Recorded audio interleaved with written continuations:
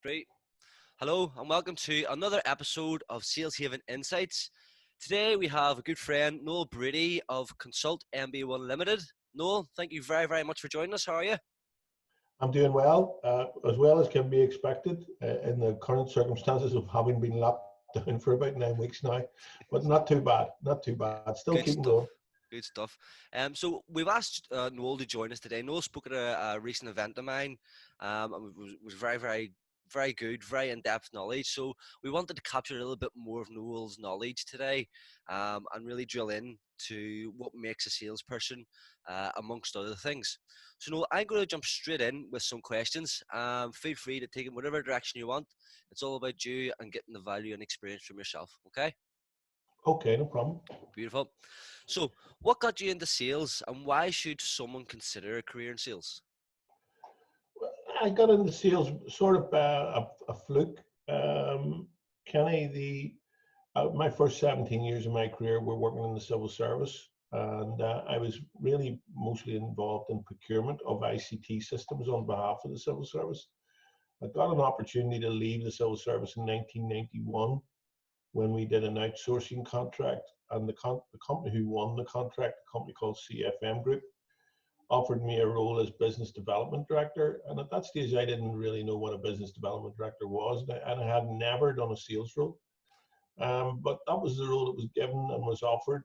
And I sort of became a salesperson overnight, having not had any sales training or anything.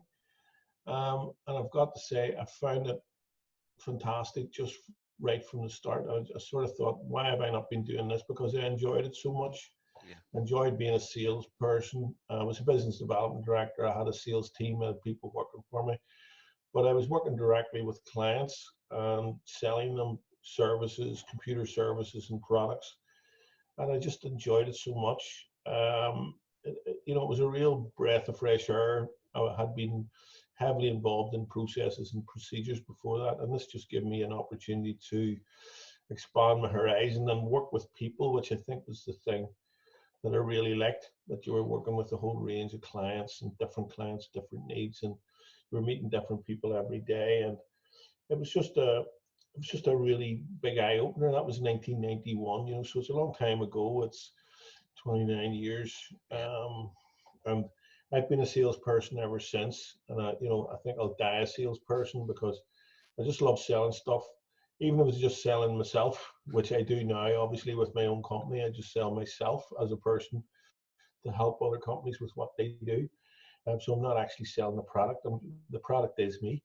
Yeah. But it's still selling, and you still have to convince people that you have a value, and that it's worth them paying that value to get a service for you. And I think that's one of the key tenets of selling, I think, is to understand what you're selling and what the value is and how it's priced, and make that attractive enough to people that they'll pay for it. And Yeah. if people pay for something and they get what they want, they come back for more. And that's always been the thing that I've learned in sales, that if you keep the price right and you keep the quality right, people will just keep coming back, because if they like working with you, they will continue to work with you. Yeah. So that's how you got into the sort of sales industry, and moving straight in as a business development director. That's a massive thing for someone who's never sold before. So credit to you. In terms of why somebody should go into sales, what do you think that should be? Why are the reasons someone should I choose a think career? selling's a very interesting career, Kenny, and it's not for everybody. I mean, Yeah. it isn't, because some people come into it and they just hate it. They don't like the fact that they have to go out every day and sell stuff and try and persuade people to buy things. And some people just don't like doing that. It's not in their character. It's not, and that's not a bad thing. It just means that there's other things they're good at. They're just not good at that. I think in terms of why should somebody get into a career, I think it's certainly at the front edge of any company. The sales guys and the sales team in any company are the point, if you like, of the company. They're out there trying to get the revenue and trying to sell things. But of course, if they don't, they're the first to go. So salespeople can have a very short shelf life, and they can have a long shelf life. Yeah. If they're good at what they do, they tend to get rewarded, and they tend to get promoted, and they tend to get headhunted by other organizations who want them because they're good at selling. if they're not good at it, they don't last long. I mean, that's been my experience. That I've had many conversations with people who I've said to them, look, you're not really cutting it, and is there a reason, or can I do anything to help you? And some people are really honest and saying, I just don't like it. I'm not enjoying it. It makes me cringe because I have to go out there and do stuff, and I'm not used to doing it. Whereas, in other situations, I've had some fabulous salespeople working for me, girls and boys, just, really good at selling. And the conversation is completely different with those people. The conversation with those people is all about how much do you want me to sell and how much will you pay me for doing it? And when you hear a salesperson saying, okay, I'll take the big target, but what do I get? Yeah. That to me is a really great clue to somebody who is motivated to sell, but obviously wants the return, wants to he'll take on the risks, he'll take on the long hours, he'll take on the whatever he has to take on, but he wants the reward as well. So, I always find it interesting when I'm recruiting salespeople, even for clients, and I've recruited a lot of salespeople to work with me in the companies I work with in Fujitsu and SX3. And I always like the people who come straight at it and said, I can sell whatever you want me to sell. I know how to do it. How much do you need me to sell, and what do I get? Yeah. And when that conversation happens, it sort of switches you on to, here's a person that really knows what they're about. They know what they're capable of, and they also know that they can stretch themselves a wee bit. But they're only going to do that if there's a sense of reward in it. And I've always been I would say any salespeople that work for me would always sort of say, I would hope they would say that I was very generous in terms of my commission packages, because I thought that was the heart and soul of it. Yeah, that's what You know, drives. That's what drives a sales professional to move forward. Basic. If you ask them to do the basic job and you don't reward them, they're just going to work for the basic salary. But if you but dangle the carrot and show them what they can actually get, they're going to work if, their if, if backside you off. say if you say to somebody, well, your target for the year is you have to sell £100,000 worth of computers, Hmm. and if you do that, I'll give you £5,000.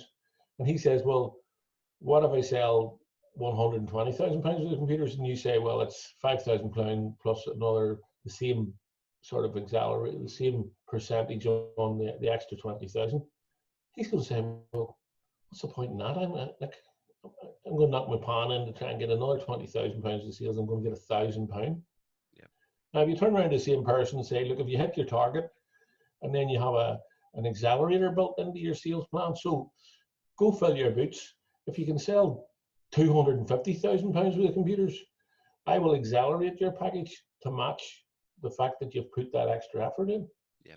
Now, at the end of the day, for the company, I've got an extra £150,000 of sales.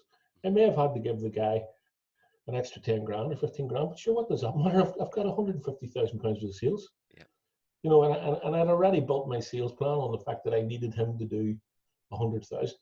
Yeah. So I'm a big fan of proper calm plans, which people feel bought into, and that you get to certain times of the year and there's a bit of an excitement. At the end of the quarter, or at the end of the half year, the end of the year, there's a bit of excitement because people are on the borderline of their targets and they're going, God, if I could get another couple of sales in here, I'll get the accelerator. And that's, to me, that's the excitement. And, there's nothing better when you get to the half year or the end of the year and all the sales guys are out and you're having, and the girls, and you're having a beer and everybody's got a bit of extra bonus. Yeah. Yeah. Big Um, positivity. But on that note, I'd like to ask you a question, just challenging that, Noel. yeah, Commission. So been speaking to a lot of different people, and there's this thing of unethical selling. Yeah, yes, this is what sales haven is all about: is stopping people from selling unethically. yeah, And what they say is one of the factors in people selling unethically is commissions. People are so distraught that they yeah, can't achieve their commissions that they'll say anything just to get the sale. Do you know? yeah. How do you I manage that? think, How but do you? I think Kenny, to counter that, and Uh-huh. I know I agree with you. I mean, if you say, it's, I mean, that's the problem with the sales industry to an extent. And in the old days, it got a very bad reputation. for people going around doors selling insurance and selling double glazing and stuff like that. It got Yeah, a very bad reputation because those salespeople, a lot of them, I'm not saying all of them, but quite a lot of them were unethical. They were getting people to sign credit agreements and double glazing agreements, and they weren't even explaining to them that they'd be paying for them for the rest of their lives. And all they were interested in, well, if I can get him to sign an agreement for £3,000 for the windows, I get £300. That's it. yeah, That's all they were interested in. So I think going along with any um, sales incentive plan, there has to be a set of conditions that goes with that hmm in terms of you can only sell our services under the following conditions. hmm So you must meet the contractual conditions of the company. So there's no point in you making a big promise like, I'll give you 50% discount if you'll take the sale because I'll get commission. hmm If he's prevented from giving 50% discount without the clearance of his sales and marketing director, then he can't do that. hmm So you have to have certain conditions built into everything. We'll get on to it later, Of probably course. when we talk about, you know, what is it, what is it that makes a great Oh, salesperson? yeah, of course, of Well, course. it's in terms of what you're only after saying there. For me, selling is a profession. hmm You have to be a professional, hmm and it's like any other profession, like being a doctor, a lawyer, or an accountant, or a solicitor. You've got to have those ethical honesty, those qualities, integrity, hmm how you present yourself, how you are honest with your client. Those qualities are all wrapped up in, for me, in someone being a professional at what they do. Yeah. And if I've got to say, I was very strict, probably too strict sometimes in my career, where I found out that people had done things that were unethical or dishonest. Yeah. And then the client was coming back to me and saying, well, that guy promised me this, and when I got it delivered, I only got that. And then when I went back to get the discount, he said that the price had changed and it had went up, and there was nothing I could do about it. And when I got into the detail of that, and if I found that was happening and this lack of honesty or integrity, and it was, as you say, just somebody trying to get some bonus, I didn't have a lot of mercy on those people, to be honest, Yeah. because that reflected very badly on my company and very badly on me. Yeah. And I just, my tolerance level for that stuff wasn't good.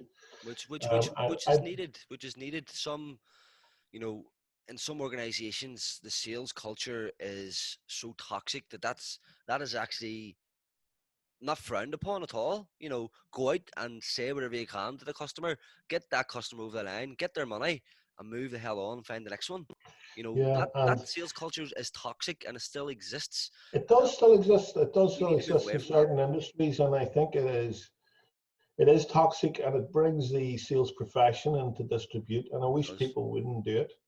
Um, I do still hear the stories of sales guys that are told get them to sign up to get them to sign the agreement because they don't know they're signing a 5-year agreement, and they don't Yeah. know that they have to give us 2 years notice to get out of it, and they don't know this, and that's totally dishonest. Yeah. It's When disgusting. you're sitting in front of a client and he thinks he's signing a contract for a year or 18 months, and he thinks he's getting a good deal, when he's actually signing up for something for 5 years that he can't get out of, even if the Yeah. price has changed, he still can't get out of it. Yeah. So, that's totally dishonest, totally wrong, shouldn't happen. Yeah. And, I, my feeling on that stuff, Kenny, is that when people find out about it, hmm then word gets about, and Does. then the company concerned and the salespeople concerned get that type of a reputation, and Yeah. then people don't go back to them, So, you and know. that is one of the reasons why some people, believe it or not, that I find this a bit absurd. This is one of the reasons why some people get into sales because they watch films like The Wolf of Wall Street or other films out there, and they go, Yeah, "I want to be like him. I want to go in there and I want to sell everything I can, take all the money I can, and have a rich life." What I'm going to say is that would be one of the reasons not to get into sales. yes, You know, absolutely. one of the reasons to Yeah, get into sales for me, I happened to fall into sales. I blagged my way into a telecoms company, and that was it. I was in sales. Um, but for 7 years, I hated it because all I was focused. I worked for organizations that taught me these tactics, these terrible tactics. Um, and I started mentally, it started to affect me. I started to become, Yeah, I'm yeah, lying. I'm feeling down about myself. I'm conning people. And you just don't feel good about yourself. So no. after a while of doing that, I realized that, well, I need to find something that I like to sell. I need to find something that I believe in. I need to find Yeah. a reason. So I suppose, for I people getting suppose, into, I suppose when you think of, when I look around at, I'm involved in a number of industries, and particularly the ICT industry and consultancy industries, legal services and stuff like that. A lot of my clients would be in that space. And the only word I can use, Kenny, when I see the people that I really admire and really impress me about what they're about, the only word that springs to mind is professional. okay, They are very professional people. hmm They don't do the bad things like hassling people or pressurizing people. They're the sorts of people that come into your room and you almost know these guys know what they're talking about. They know what they're selling you. They've got a good price on it. It may not be the cheapest in town, but you know you're going to get a bit of quality when you pay the price. And you know these guys aren't going to let you down and they're not going to trick you on signing any contract or anything. They're going to do a proper agreement and it's going to be a contract that's going to last for a year, 2 years, 3 years, 10 years, 15 years. The sign of really good salespeople are people who hold on to accounts for 10, 15, 20 years. And when they move, their account moves with them. I mean, I'm sure you're familiar with people that that moved from one business to another, and the next thing, completely. the client has moved with him, not Yeah, because the company that he was with was bad, but they liked him because he was honest and he did good deals, yeah, and he always got the best for them, and they like working with him. yeah. Now It's even that to even me even smacks if you of even if you headhunt, there's guys that headhunt good sales professionals because they know the clients that they're working with.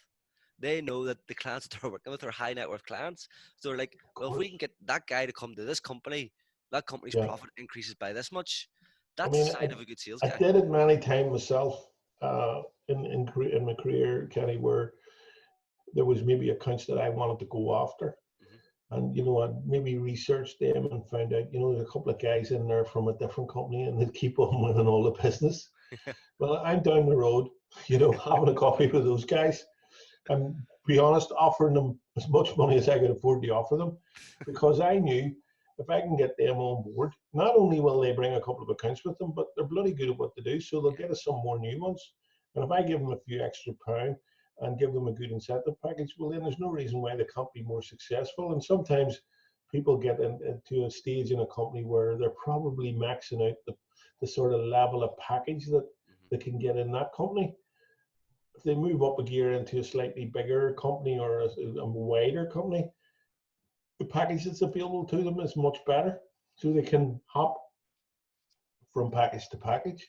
yeah, And any conversations I've had with good salespeople who are moving, they're saying they're quite. I mean, what I love about them is they're quite straightforward. They go, I'm in this company, I'm getting that basic, and I get that commission. yeah, Now, when I'm moving to you, how are you going to improve those two things? hmm So, if you say to somebody like that, well, I'm going to give you 20% more on your basic and leave your commission the same. If they're really good salespeople, they say, yeah, I want the 20%, but I want a bigger package and I want to be able to earn more commission. So how do we work that? yeah, yeah. So they're arguing all the time for their package to be pushing them, giving them Of a wee bit course. of Yeah, pressure. And that's what they enjoy. yeah, And then when they deliver that and they get that new ceiling, then they're looking for another ceiling. you know. So, the really good salespeople, I believe, my career went in a similar way to that. Was they start off as sales managers or sales account managers or account managers, then they get in a sales manager role or a sales director role, and then they might be a sales and marketing director, and then the opportunities exist for managing director, CEO roles because they've moved up through the company, yep, understand all the selling, built relationships with all the other people in the company, built very strong relationships with the clients of the company, and therefore they almost become the obvious candidate for managing director or senior or CEO. I suppose one of the, if I look around, if you take one industry in Belfast, and I can look around the industry in Belfast, and I can look at who are the managing directors and CEOs. Those guys are all ex-salespeople. Yeah. You know, that's just a fact. Yeah, I I would agree mean, with you on that there. I've spoke to yeah, many guys, and where I am now, I'm in a stage of my career where I started in the career quite young when I was 17, 18. And fast forward now, I'm 30 next year, and I have grew up with the career, and I grew up with guys that have now become sales directors, managing directors, or CEOs of companies now. yeah, So, and those guys started at the same level as me, and it's taken them this amount of time, 12, 15 years, to get to where they need to be. So that's fantastic. So if I was to circle back, Noel, just to say, about the reasons to get into sales, what we've covered there is commission. We can't yeah, deny it. You get into sales for money. Money is a big factor. um Career progression, there's always yeah. career progression in sales. And also that leads to a good quality of life. It does. I think the other thing we haven't covered is it's really the thing I love about, and when you think about where we are at the moment, I mean, this is the first time that I haven't been out and able to talk to people in 45 years of a career, Kenny, Madness. stuck in, you know. Like I was talking to my wife about this, and we were saying, we only got ourselves to talk to at the moment, and it's great. Thank God I've Yeah. got a good wife, and Barbara's a great girl, and we've been married 43 years, so we haven't got something to talk about now. There's something wrong, so we're able to talk to each other, and we do stuff around the house, and she helps me with business and stuff like that. But at the end of the day, on an average day in my normal life, I would probably be talking to 30 or 40 different people in a day. Hmm. That's been my life for 40 years. Yeah. So when you just cut that off, it's like somebody cutting off 2/3 of your life, because Of course. the whole thing that keeps you going is that. And this is, you were asking me again, what other qualities about being in the sales role. I think the one thing I love about selling is that you're dealing with clients and suppliers and buyers and tender people and all bunches of different people, and you're dealing with it on a daily, hourly basis. A new thing every day, a new person to sell to, a new organization to talk to, a new people to go to, a new event to go to, new people to network with. And I just think that's a lovely thing, because you're getting up every day. You're not just sitting at a desk and looking at a screen and that's all you're seeing all day long. You're going out, you're innovating, you're talking to people, you're trying to sell them stuff, you're trying to get them involved with other people. I mean, that's the beauty of it. And I think the really good salespeople are people, Yeah. and they get on well with people. Hmm. It doesn't mean you have to be like a wild extrovert or anything. I wouldn't call myself a wild extrovert. I would call myself slightly extrovert. Yes. Yes. Always have been. But I've known some great sales guys who are very quiet people, Yeah. but very easy to talk to. They're personable. They're Yeah, personable. good listeners. I love it when I deal with if I work in a team, like say with a client, and we're trying to win a big public sector contract. I love a room full of people that have different ways of doing things, and I might be saying, we should be doing this. And somebody else might be saying, well, maybe if we do this, which is slightly different. And, you get that blend of Yeah. people who have different skills and different people skills. And yourself, some clients like people who are outgoing. Hmm. Some clients like people who they can bully a wee bit, or they Yeah. can tell them what to do. And as a salesperson, you've got to be, to an extent, a wee bit of a chameleon, Hmm. that you change your style a wee bit to suit certain people. Yeah. Some people love a bit of a joke and a laugh, and they like a bit of crack, and that's Yep. what gets them through the day. Other people are very serious, very process driven, and they admire people who like processes and process driven. So therefore, you've got to adjust your tactic a wee bit Hmm. with those people.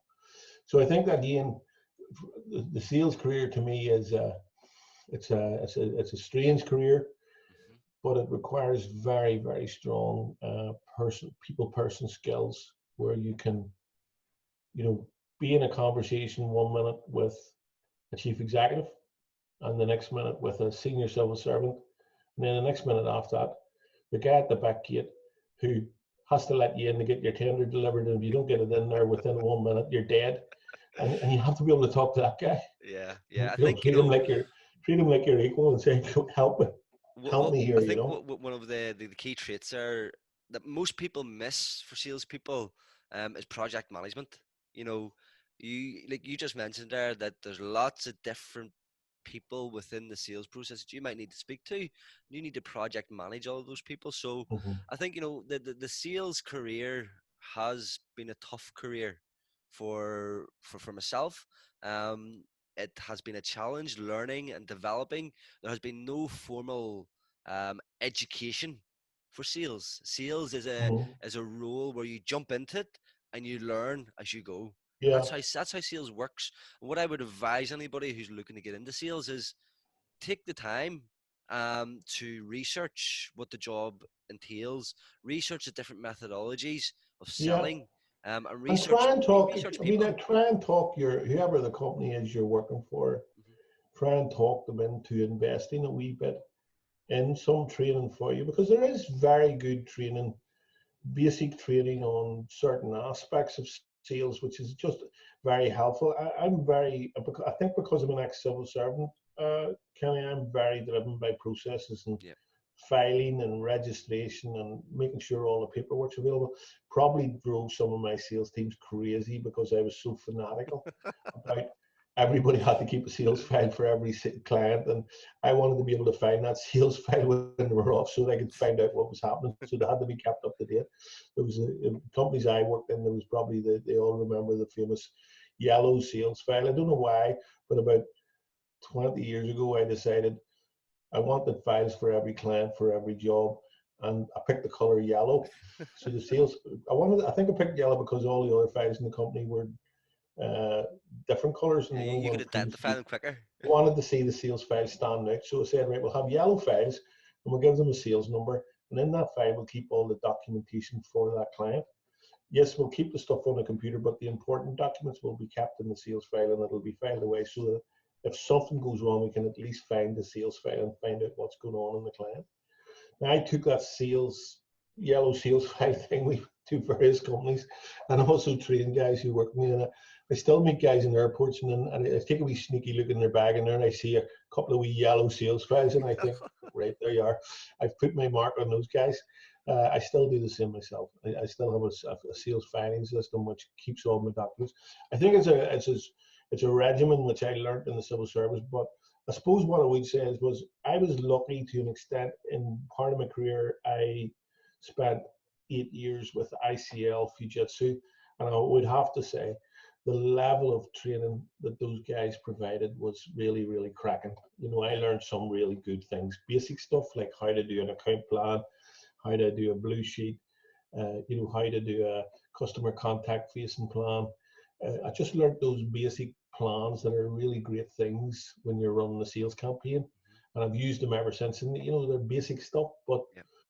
very, very useful, And, Yeah. and I, with my own clients, then I take them through that stuff and say, look, why don't So you try this? It'll help you keep a track of things. So if we were to look at that, Noel, just to sort of move on and look at sales strategy. So an individual sales strategy for a sales professional, how does someone start that? Where do you begin with something like that? Years ago, this crowd. There's a debate. There's always a debate. And it's one of those debates that some people win and some people lose, and you sort of never know the answer to. Hmm. But there's always been this debate of the connection between sales and marketing. Okay, so some people say the salespeople should be separate from the marketing people because the marketing people get trained in marketing; they know what to do. The salespeople know how to sell. Keep the two of them apart. I came from the school where the sales and marketing people should work together and put the whole campaign together as a sales and marketing. So I always liked the title sales and marketing director or sales and marketing manager because it meant that you were in charge of the whole campaign with marketing and sales in it. And one of the things that comes out of and it always sort of drove me a wee bit in terms of putting together a strategy was a marketing technique actually, which was Okay. the four P's, which is product, pricing, place, and promotion. Right. So you sort of think about your plan and you think, right, okay, if I'm going to put a strategic plan together for selling and marketing in this company, what am I going to do? The first thing I need to identify is what is the product or service that I'm going to sell, okay? Because you look at the company and you think, well, we do that, we do that, we do that, but nobody ever buys that because it's rubbish. So why are we even putting any time into it? We're bringing this new thing forward, so we want to include that in the strategy. So you have a very clearly defined product set or service set, which is going to be the heart and soul of your plan. This is what we're going to sell to people, and you have to spend a wee bit of time getting that right and saying, right, we're going to do this, we're selling that, we're selling this, and we can also sell these other things. So you identify what you're going to sell. Yeah. Then the pricing strategy around that. How are we going to sell it? Are we going to sell it one at a time, or are we going to sell it as an annual charge or an annual fee, or what? If you buy one, you get 10 free. What's the strategy on pricing? How are we going to sell this stuff, and what's the pricing? The place is all about, inside place includes people. Yeah. Who are we going to sell these to, and where do these people live? So are we going straight at the public sector? Are we going private sector? Are we going to solicitors, accountants, IT companies? Who is it? Who is our community that Mm-hmm. we're going to build this plan to sell to? And what sort of research do we need to find out? And what sort of data we need to build to allow us to carry out this strategic plan? And the last one then is, what do we need to do alongside those things in order to promote what we're doing? So we need to have sort of almost like a marketing, media, PR campaign running Mm-hmm. in the back and alongside in the background, which supports the sales campaign that the sales guys are on. So, if you were selling, for example, a new uh, server, you'd want an advertisement running in the leading magazines to say, here's the new server, it's 10 times more powerful than any other server. And then when the sales guys are going in to sell to people, they're saying, did you see the advert in Ulster Business, or did you see the advert on TV about the new server? I'm here to talk to you today about that. Here's an example of it, or here's some brochures. So having all that promotion going on in the background, which supports the campaign. So, a strategic selling plan, I think, has a lot of elements of marketing in it. I've always used the 4 Ps to give me the basics to Yeah. start with. And then you start building the other elements, like, maybe a stakeholder engagement plan is part of it. So talking to each level in the company and saying, right, I need you guys, while I've got my sales team and me out there, I need you guys to be engaging with all our stakeholders to support the idea that we're doing. So, you might say to your MD, I need you to go and have lunch with all the top civil servants, because this is a public sector sale. So I need you Yeah. to go and have lunch with as many senior civil servants as you can, and just tell them about the company, tell them about what we're trying to do, tell them about our growth plans. Meantime, my guys are in at the lower levels trying to sell all the stuff, Yeah. you know. So you're getting him to engage with certain people, and then you might say to the procurement guy in the company, look, go you and talk to all our suppliers and make sure they understand what we're trying to do and how important it is that when we make a sale, they need to be able to fulfill, and get all that sorted out so that this campaign's going to work. So it has many aspects to it, Kenny. It depends, obviously, very much depends on the company and what market they're in and what they're selling. But Mm-hmm. at the end of the day, some very, very basic stuff about you got to do these things as a minimum Yeah. for a strategic plan to have any chance of success. Yeah. And I think some vital points there. And again, sometimes the basics is always the best approach, Noel. So I totally agree with you on that. Um, quite often people, are here and they try to jump here, but they forget about all this. This Yeah. is the legwork. This is what gets this outcome up here. So yeah, some good 101 there, Noel. I just wanted to move on then, Noel, to ask you, what do you think makes a good salesperson? You've touched on it a little bit already, but what sort of top traits would you say makes a good salesperson? Yeah, again, just going back to what I said earlier, Kenny, and I'll say it again because it is. I try to include everything in the one phrase, which is you've got to be professional about what you do, and then inside that professionalism, how is that built out? Because if people view you as very professional as what you do, they're just going to like to do business with you. They just do. That's just a fact. I mean, think about something you've done recently. I mean, I drive Jaguar cars. I've been dealing with the same sales guy for must be 20 years. Why? Because he's honest and he always gets me a good deal. He's a good guy. I trust him. Two or three times I've thought about like I'll go and try some other type of car, and he always pulls me back Hmm. with his knowledge of here you have to see this new car and you have to see this, and would you not think, why would you be going there when you should be staying here? Look at all the good things we've done for you, all the stuff that you want somebody to do. Yeah. And and you almost it's almost like a no-brainer now. I just give him a ring now if I need, when my car's coming up for changing, and he just gets it done for me because He must be a good salesperson to get you he's just to just keep a coming great back, sales Noel. guy. He's just a great sales guy because I went back, and he doesn't let me down. If there's problems, he sorts them out. Blah blah blah. And that's what you want. In reality, you don't want the hassle. But if you're thinking about particular qualities, now this is the debatable one. I believe how you present yourself, and that's all about your dress sense, your hairstyle, whatever, how you Yep. present yourself. I just think it's important. Now, some people say, well, that might be a bit old fashioned. Not at all. Everybody just wears open neck shirts. And I say, in response to that, I say, I don't have a problem with anybody wearing an open neck shirt, but I'd like it to be clean and I'd like it to be smart at Hmm. looking with a nice suit or a nice jacket. Of course. And when you're turning up into somebody's office and they're giving you time in their office in their organization, I think it sort of requires you to give them a wee bit of respect in terms of, well, I took the trouble to shave this morning. I took the trouble to put a nice shirt on to come and see you. I just didn't roll out of bed, put the Yeah. t-shirt on that I was wearing last night, and dander in with a pair of jeans on. I mean, Yeah. some people won't agree with that. I honestly don't care. Perception is everything. No, I It think, is. especially in the sales industry, if you are representing the company, you must represent that company at the best possible way that you can. And that's Obviously, if you're by selling dressing well. sports kit or something like that, and you're selling sports kit to football managers or clubs and things like that, they're going to expect you to dress a wee bit sporty. Of Of course. course, no problem with that.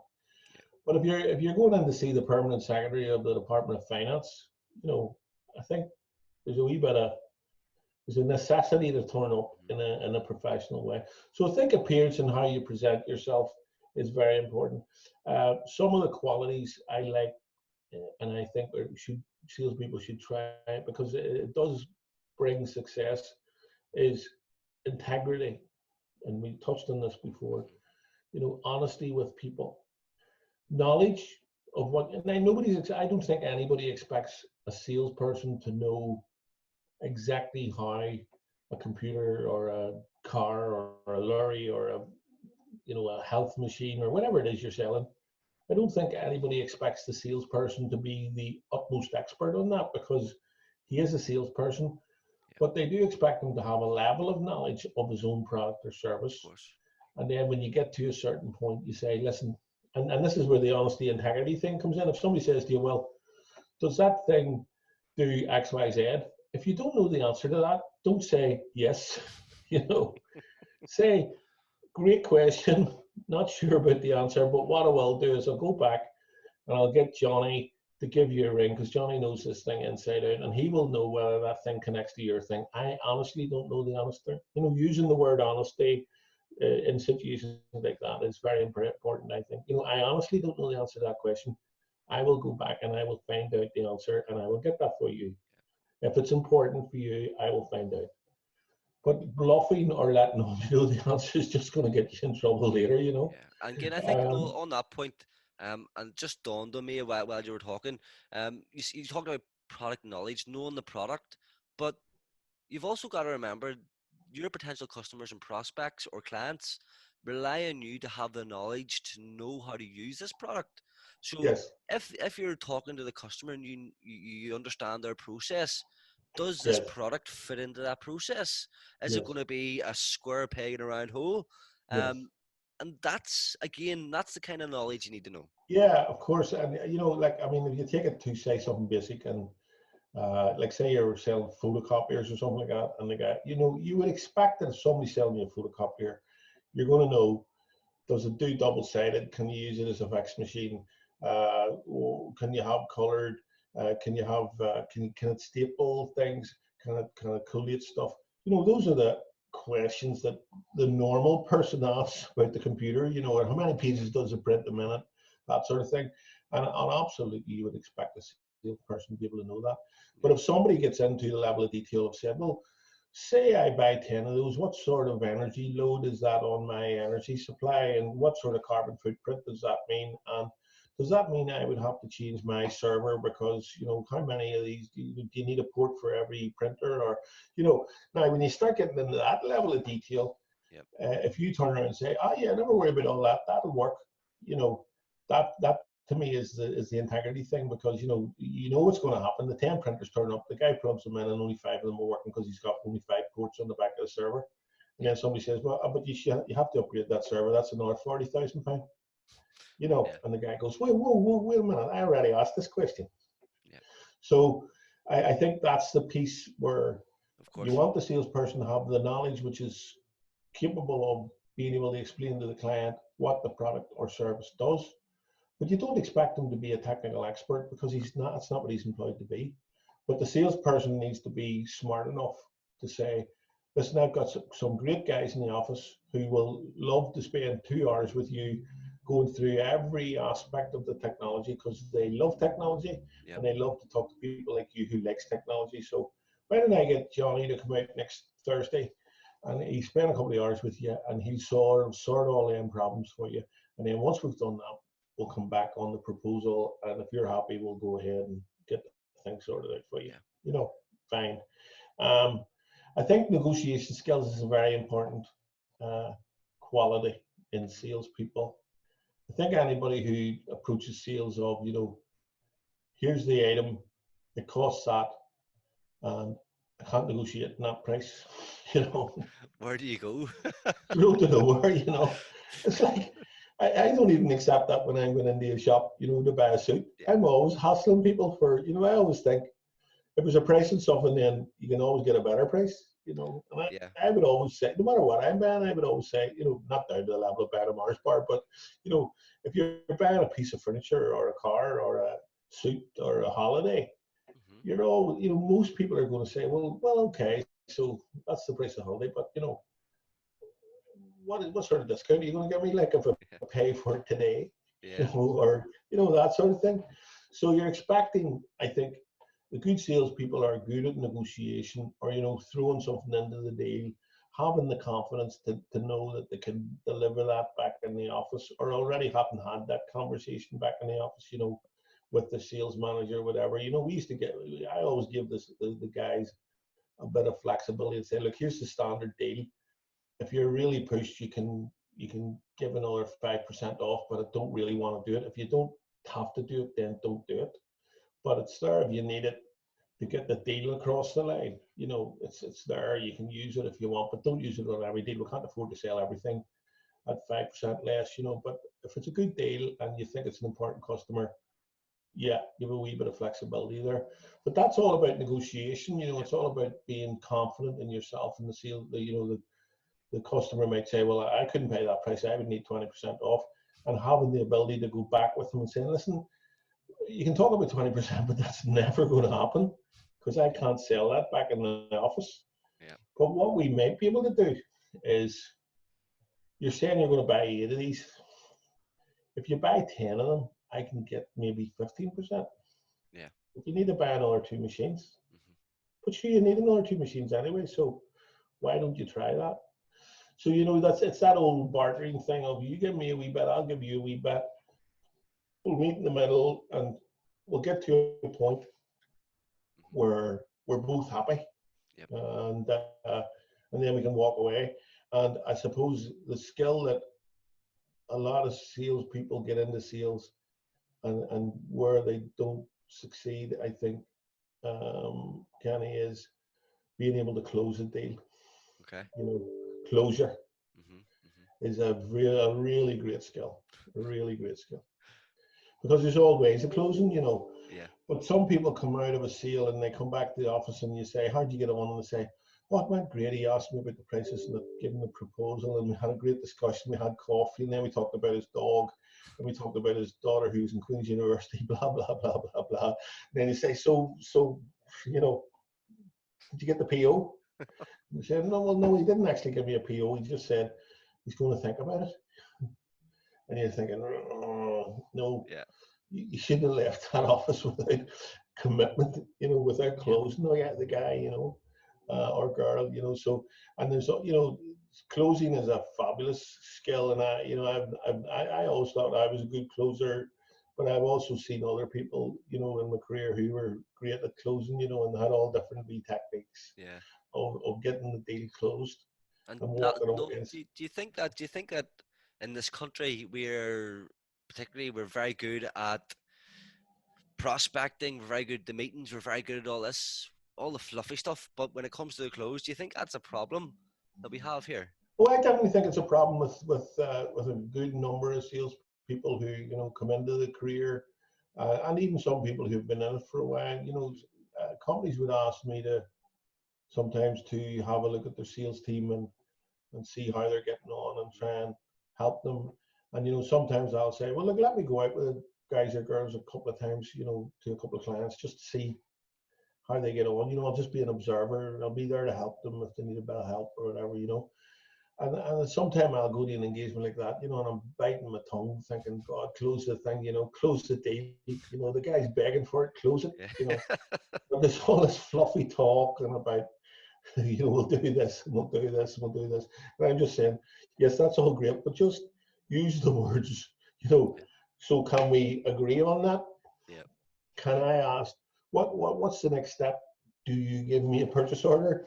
Do I contact the finance department? What do I need to do to close this thing? Yeah. And sometimes I'm at those engagements, I'm going, oh my God, close the thing, and sometimes I can't resist it and I just jump in and say, so does that mean he's getting the PO? You But try not to do that, do but you know? Do you know? it's, The ask, the ask is ask. important. Yeah, Just yeah, ask. And I think a lot of people forget about this. A lot of people get mixed up in the methodology and the process of selling, and they've maybe got this process in their head to stick to, but they've never factored in the close. The other thing exactly. is preparation. A lot of people don't Yeah, have a roadmap. They don't have a roadmap. So if I go to this customer, he says no, right, I'm going down this path. If I get out to the customer, he says yes, I'm going down this path. If a customer's in the middle, I'm going down this path. People don't well, have that. that's simple piece of research. Just a wee bit of research can be so crucial. I know you're very good at that kind of, because I've worked with you before and things, and you're brilliant at using LinkedIn and all that stuff and researching people and finding out about them. So you do that very, very well. I do it to an extent in that if I get an inquiry from a client, or somebody says, no, you should ring that guy I was telling them about you or whatever, I would go on with LinkedIn and I'd go on the web and I'd gather some information, or I'd ring somebody who I thought maybe knows the people to find out a wee bit more. That sort of that wee bit of initial investigation research is so important. I mean, think about it. If say you're going to see some guy, and I don't know, for some reason he's been off for a while, and the reason he was off was somebody belonging to him died, or he was were in an accident or something. And you're walking in there and he's a bit low, and you're sort of doing your usual sales thing, and being jolly jolly.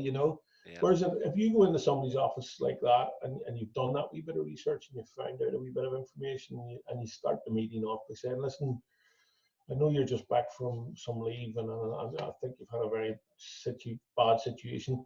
Listen, you want to leave this to another day, I'm happy to do so, or if you're happy to carry on, fine. But listen, just wanted to say that was terrible, and feel sorry about that. Yeah.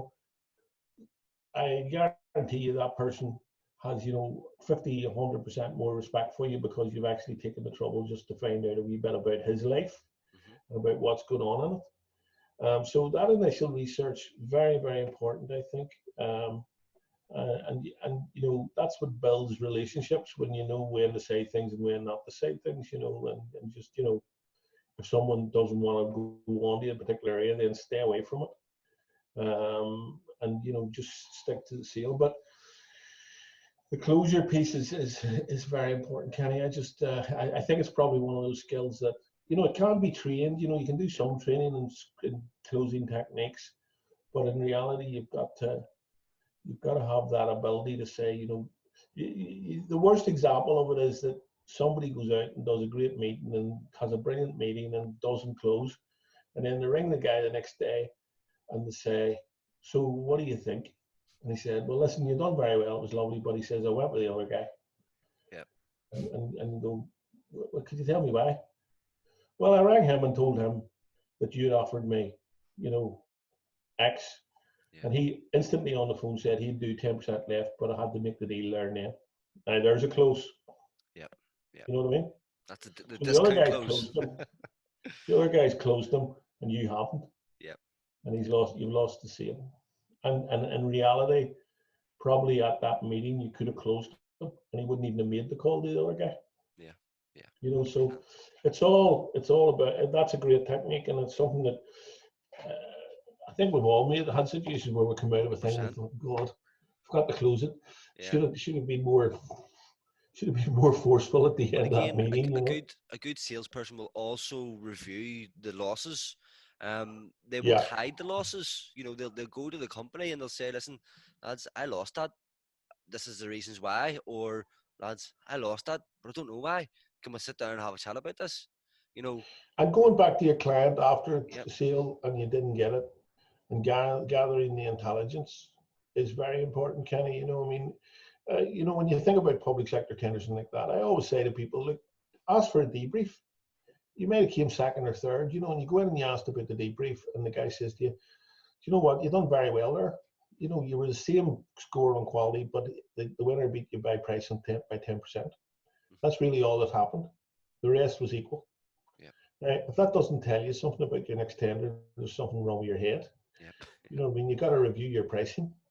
Yep. You're hitting it on the quality side. On the opposite side, if you go in and they say, "Well, some of your answers on the quality side were atrocious." You didn't give us any information about your maintenance and support agreement. Hmm. So you scored 2 out of 5. The other guy gave us a video, 2 manuals, and 17 pages on sales and marketing or sales and maintenance support. Hmm. So he got 5 out of 5. So when that was factored up, he beat you by 18 points. So if you don't get in there and find that out, well, you're just going to keep losing because the Yep. guy, Yep. the guy's going to keep beating you. Yeah. It's the same. It's the So same old thing. History will keep repeating itself. of course, If you don't make the changes. well, I have that conversation a lot. I mean, half of my business is writing tenders for people, and I've been involved in tenders both sides of the table for about 40 years. So Yeah. I regard writing tenders as an art. I Yep. love it. It's one of my favorite things. I regard it as an art form. A really good tender is a beautiful thing to read, and if you win, it's a beautiful thing to do. Uh, but a lot of time when I'm engaged with clients, sometimes the first thing they'll say is, "No, we need you to help with our tenders because you know what? We've done 4 tenders in a row, and we keep getting beat by that guy down the road, and we think he's giving them backhanders." And I'll go, you know, I'll go. Well, first of all, in my experience of dealing with public sector tenders, I've never been able to identify even once where I've been able to prove or even suspected there were backhanders. Hmm. It's always been a process that has killed the competitors, and the guy that has won has won. So, you've lost 4 times in a row. Can we have a look at what you're doing? And can we get some debriefs from the public sector side to find out why you keep coming second and third and fourth? But sometimes I can say, just give me your tenders and I'll read them, and within half an hour I know what's wrong because they're just not writing them right. Hmm. They're just not writing them right, and they're always going to lose. And there's other guys who are writing them better, and they're always going to win. So these things are fixable, but they're only fixable if you take a sensible approach to it and say, well, if I've lost 4 in a row, I'm not doing something. There's something I'm not doing right here. There's something not quite right about how I'm approaching this. You know, and that needs research and needs changed. And then you have a crack at it, and you might win the next one, but you get very close, and then the next time you might win the next one. Yeah. And Drops that's off. what happens. So that would kind of lead me on, Noel, to the do's and don'ts of sales. Okay. So what would be the do's and what would be the don'ts of selling in general? I think in classic sales training, um, for every sales course I've ever been on, um, Kenny, it's always one of the golden rules is the 80-20 rule, which is listen 80% of the time, talk 20% of the time. Now, I'm probably not a great prolificer of that because I talk quite a lot, but you get more out of a good sales meeting if you listen to what the client's saying and what he wants and what the buzzwords are and what are his hotspots. And you get if you're listening and you're hearing everything that he's saying, you're finding out what are the things that get this guy going. Is it price? Is it quality? Is it relationships? Is it reliability? What are the things that this guy gets excited about? And therefore, then that allows you to adjust your sales plan to say, right, I'm going to focus on these things, and that's how I'm going to get this guy across the line. So definitely one of the do's is listen. 80-20 might be the standard rule, but maybe another way of putting it is listen more than you're talking, because the client knows what he wants, and if you listen to him, the chances are you're going to make a better proposal. Hmm. I think in terms of some of the don'ts, don't overpromise because that just gets you in trouble. I mean, I've done it myself a few times, and then it comes back to bite you later when the client thinks, comes back and says, "But you told me that this would happen and that would happen," and you're sort of in your head going, "Oh yeah, that's right, so it did. I shouldn't have said that. That was getting a wee bit excited," and then you have to try and dig yourself out of the hole. Yeah. So I think tell them what's possible. Maybe gold plate it a little, but don't overpromise because it almost always bites you in the bum later. Hmm. Don't tell lies to the client is a terrible thing to do. I think just if you can't deliver the thing, tell them. If it's going to be late, tell them. Clients are quite good about if you're honest with them. If you say, listen, bit of bad news. The distributor rang this morning and said that the boat that computer was on just sank in the North Atlantic. It's going to be another 4 weeks. There's nothing I can do about it. Yeah. Client's going to say, well, you know what? I need that thing tomorrow, so I'm going to go down the road. Can you get me one somewhere else? If you can't, I'm going to have to buy one. Yeah. Or, well, that's not very good news, but look, we'll hold on for the 4 weeks. And, Yeah. you definitely going to be here in 4 weeks, so you can talk your way through it. But only if you haven't told lies. I mean, there's no point in saying, yes, it'll be here Monday when you know it will not be here for 4 weeks. Because all you're going to do is get 4 weeks of grief every day. He's going to be ringing you saying, where's that bloody thing? You said it was here last Monday. I suppose some of the do's again would be, I like, and I think this is something you're good at as well, Kelly. I like, say you're out at an event and you hand your cards out or something, or some people give you their card, and you say to them, "Listen, I'll drop you an email, or I'll give you a ring. Hmm. Do it. Yeah. Don't not do it." Because that, to me, that's like, if I'm thinking about that later, I'm thinking, that bloody idiot stood talking to me for 10 minutes and said he was going to do this and do that, and then he didn't do anything. That Hmm. was just such a waste of bloody time, that, wasn't it? Hmm. Or does he expect me to ring him? Like, it was him that wanted to introduce me. What's going on here? I mean, Yeah. is he taking a piss here? Is he not showing me respect or whatever? So I think always follow through on whatever action you said you would do. I think people are very impressed with that. If you say, I'll drop you an email tomorrow, then do it tomorrow. If you say, listen, next week's busy, but the following week we'll get a coffee, then do it the following week. Record everything somewhere, actions, lists, whatever, and then do the things you said you would do.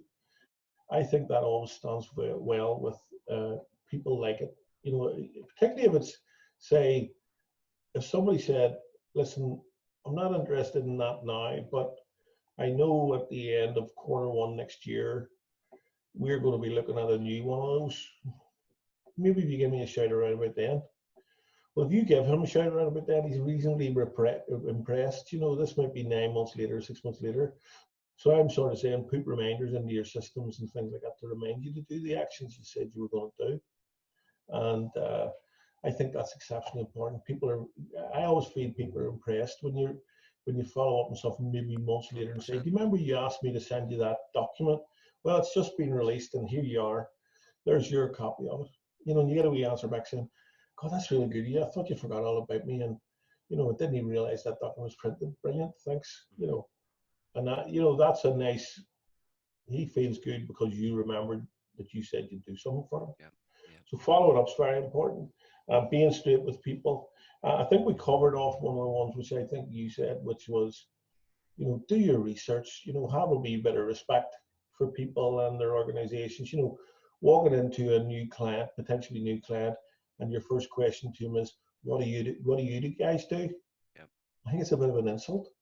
I mean, geez, you're supposed to be selling me something. Why should I be telling you what I do? You should know You're supposed to everything know about what the I do. business. Yeah. You're supposed to know what I do. You're supposed to know all about me. You're supposed to be trying to sell me something. Why should I tell you?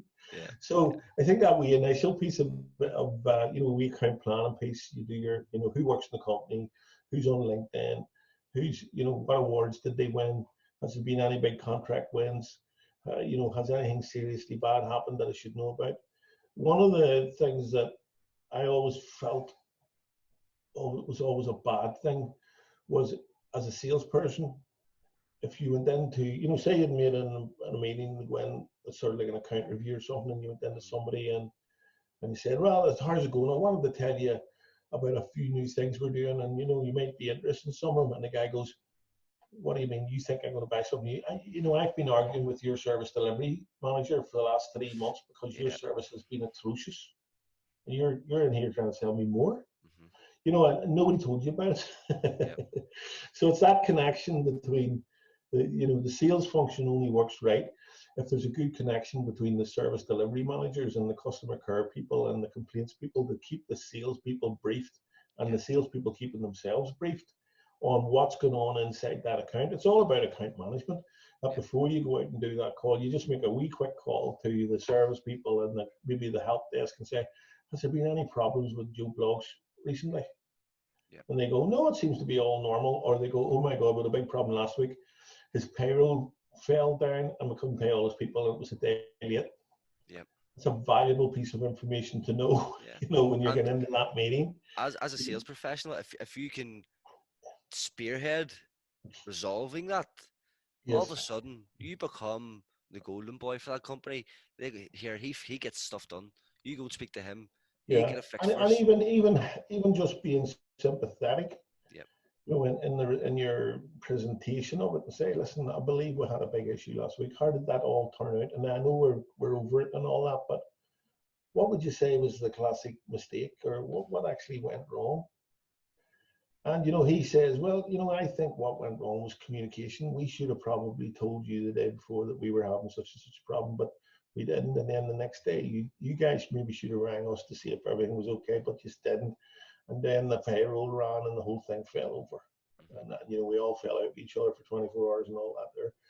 So you taking that piece of information and saying, well, we really shouldn't let that happen again. So what I'll do is I'll go back to the office and we'll get the right guys together in a bit of a huddle with you, and we'll just take a wee look at them processes and see if there's any way we can design some way that an early alert system or something that we can maybe not let this happen again. Yeah.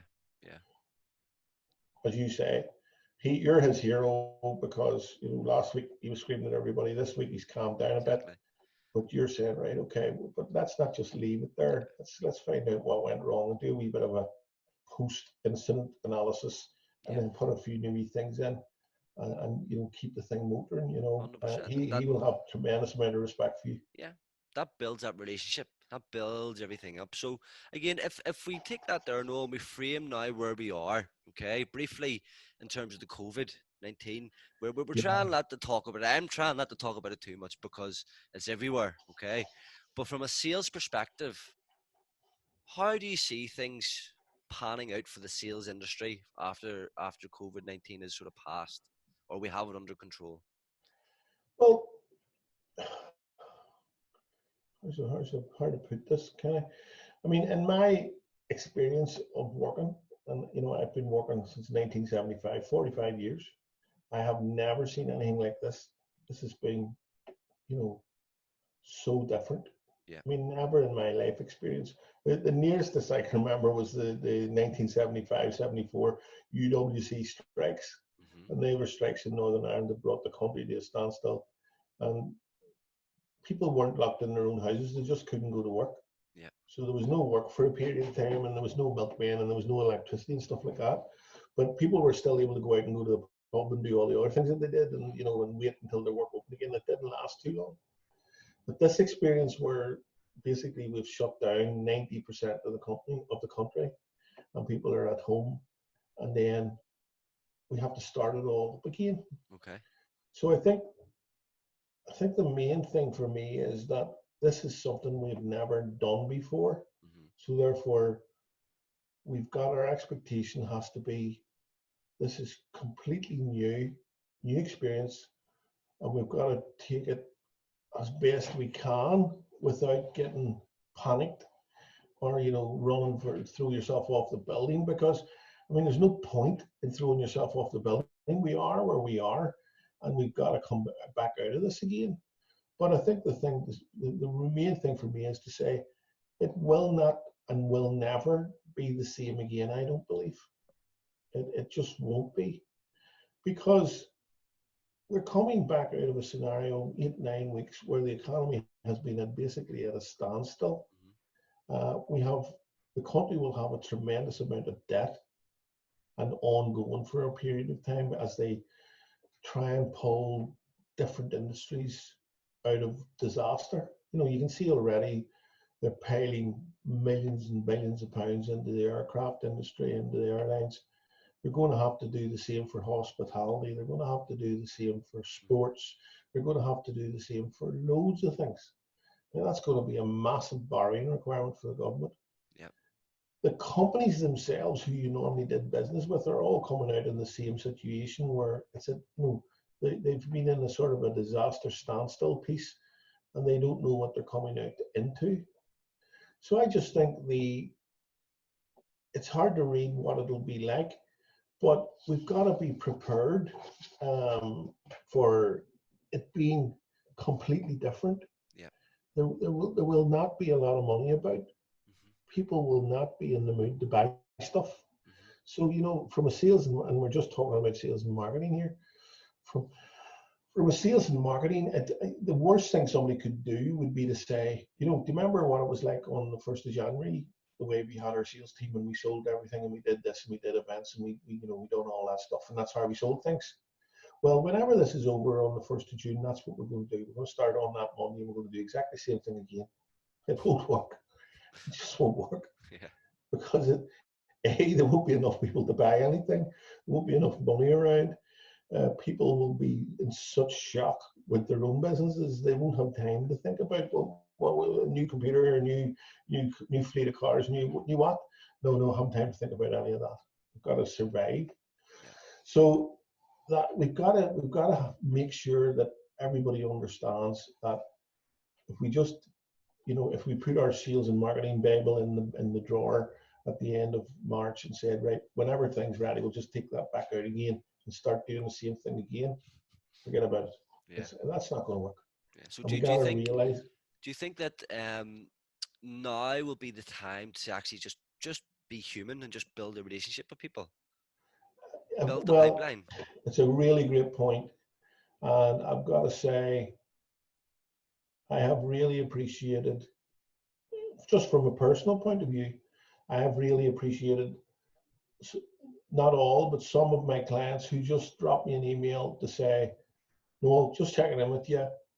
Are you and your family safe? Is everything okay? Yeah.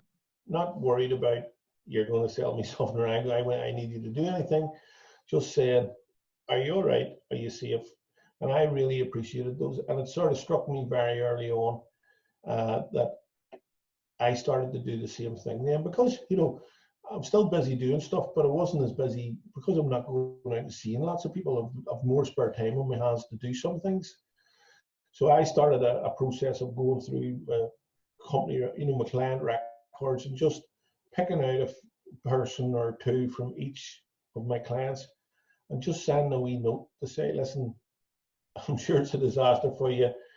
I hope everything's okay. I hope everybody's healthy. You know, if there's anything I can do to help, even on the phone or whatever, give me a shout, and I'll do what I can to help you. And I just think that the level of appreciation that I got for that was brilliant, and I appreciated it when other people did it to me. Okay. So I think in this downtime, rather than thinking, yep, we'll get the troops all lined up and we'll get the sales guys all lined up, we'll get everything all lined up just to start again on Monday the 28th or whatever. That's, that's, you've got to be taking the time to think, how are we going to, what could we do to bring our clients back out of the doldrums? What could we do to make life a bit easier for them? How can we make it easier to buy from us?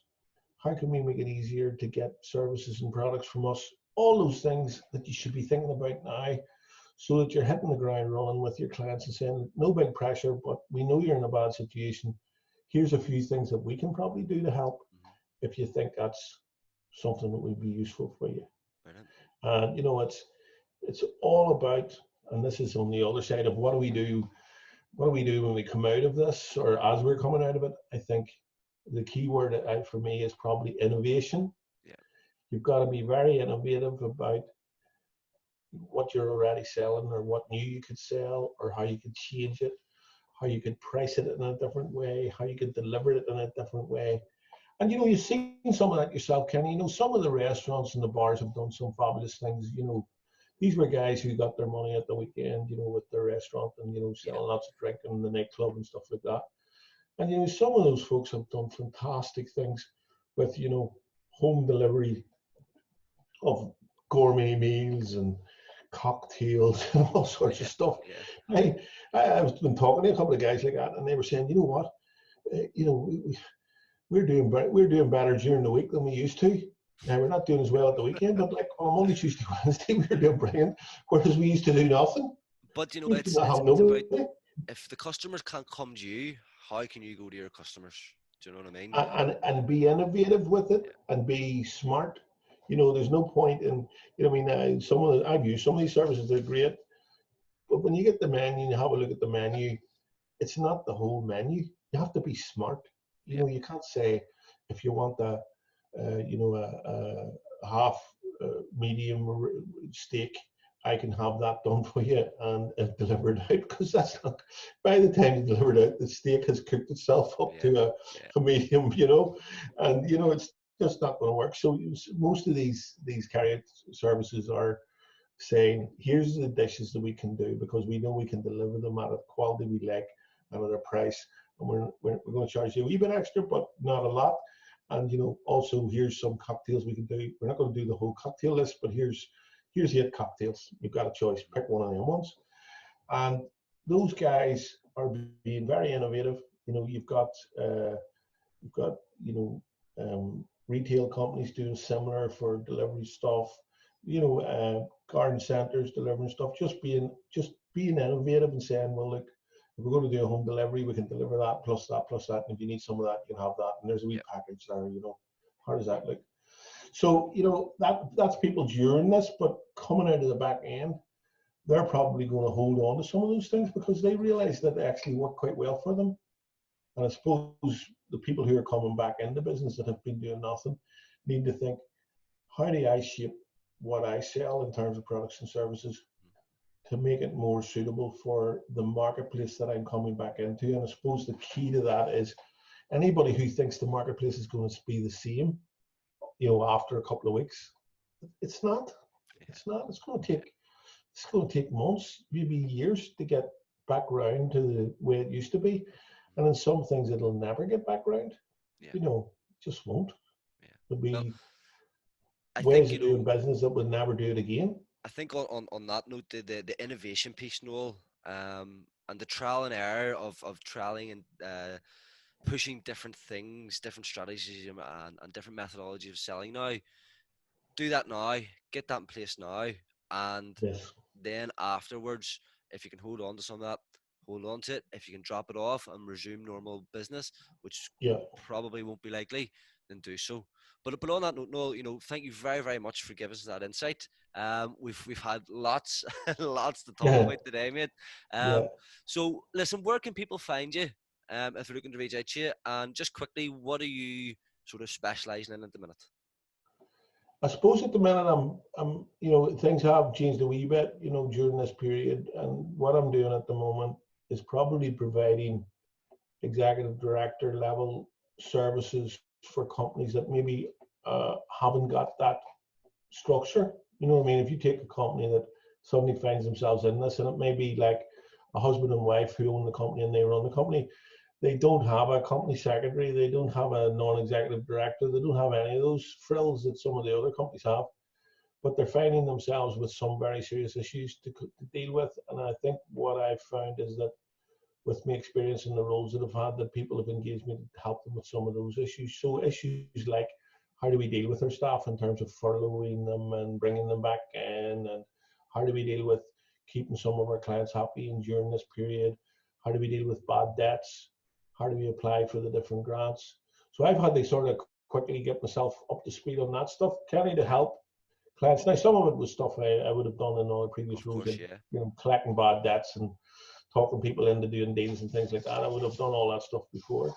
Um, the tendering process stuff still carries on. Thanks be to God, the government still, there's not as many maybe at the moment, but there's still quite a few of tenders coming out. So I still find, and maybe that's a place for maybe companies who find themselves where they are at the moment, maybe in the past haven't really looked to the public sector for tender work. Maybe they should change that and take a wee look and see if there's anything there that they can do. If they're, if they don't understand the process or they have difficulty working out how to write a tender, I can Okay. help them with that. There's no And issue with that. and There's where can other people people find you, too. Noel? Where can people find you? People, probably the easiest place to find me is by email, noel at nb1.co.uk, Hmm. or on my mobile 07834191692. My website is www.nb1.co.uk. Okay.